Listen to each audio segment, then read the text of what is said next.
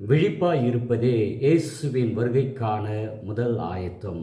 அன்புமிகு இறை மக்களே, திருவருகை காலத்தின் முதல் ஞாயிறு இன்றைய நாளிலே ஆண்டவருடைய வருகை என்பது ஆண்டவருடைய வருகையை எதிர்பார்த்து இவ்வாறு அன்று இஸ்ராயல் மக்கள் ரோமை அரசுக்கு கீழாக அடிமைத்தனத்தில் இருந்த அவர்கள் அடிமைத்தனம் என்பது அப்ரஷன் என்பது பொருளாதார அடிமைத்தனம், சமூக அடிமைத்தனம், வேற்றுமை என்ற ஒரு அடிமைத்தனம், அதே போல கல்வி அடிமைத்தனம் என்று பலவிதமான உட்கூறுகளை கொண்ட ஒரு அடிமைத்தனத்தில் வாழ்ந்து கொண்டிருந்த அரசியல் சார்ந்த ஒரு அடிமைத்தனம்.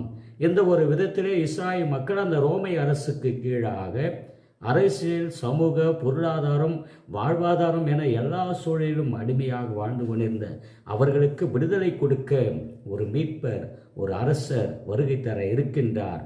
அந்த வருகையினுடைய உன்னதம் உச்சம்தான் ஆண்டவர் இயேசு கிறிஸ்துனுடைய பிறப்பு.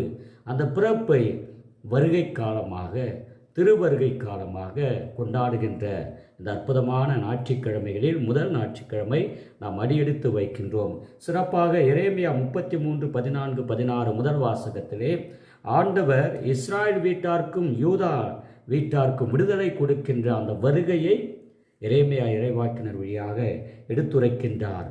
அந்த விடுதலை நீதியின் தளிர், நீதியின் வழியாக அநியாயத்தை சுட்டெரிக்கின்ற மீட்பர்தான் ஆண்டவர் இயேசு கிறிஸ்து. அடுத்ததாக இன்றைய 2ஆம் வாசகம் தெசலோனிக்கர் 3ஆம் அதிகாரம் 12, 4ஆம் அதிகாரம் 2வது வசனத்திலே அன்பின் வழியாக நம்மை ஆட்சி செய்பவர்தான் இந்த வருகை காலம். இந்த 2ஆம் வருகை காலம் அன்பின் காலம், அன்பை ஒருவருக்கொருவர் பகிர்ந்து கொள்கின்ற காலம். அந்த அன்பை நமக்கு கொடுக்க மீட்பராக இயேசு கிறிஸ்து நம் மத்தியிலே பிறக்க இருக்கின்ற காலம்தான் இந்த திருவருகை காலம் என்பதையும், அதனைத் தொடர்ந்து இன்றைய நற்செய்தி லூக்கா 21:25 முதல் 34, 36 வசனங்களிலே ஆண்டவர் இயேசு கிறிஸ்துவின் வருகையானது எப்படி இருக்கும் என்று பார்க்கும் பொழுது விண்ணிலும் மண்ணிலும் அடையாளங்கள் தோன்றும். மக்கள் அழிவை நோக்கி சென்று கொண்டிருப்பார்கள். அந்த அழிவின் விளிம்பிலிருந்து காப்பாற்றுகின்ற ஒரு பரிசுத்தமான பணியை தான் ஆண்டவர் இயேசு கிறிஸ்து வல்லவராய் எப்பொழுதும் அவருடைய வல்லமையை உணர்ந்தவர்களாக இந்த வருகையை குறித்து விழிப்பாக இருக்க இயேசு அந்த சீடர்களையும் இறை மக்களுக்கும் அவர் ஒரு மன்றாடாக, அது ஒரு ஜெபமாக, ஒரு வேண்டுகோளாக, விண்ணப்பமாக என்ற நற்செய்தியின் வழியாக வைக்கின்றார். ஆம் அன்புமிகு இறை மக்களே, தயாராகுவோம்.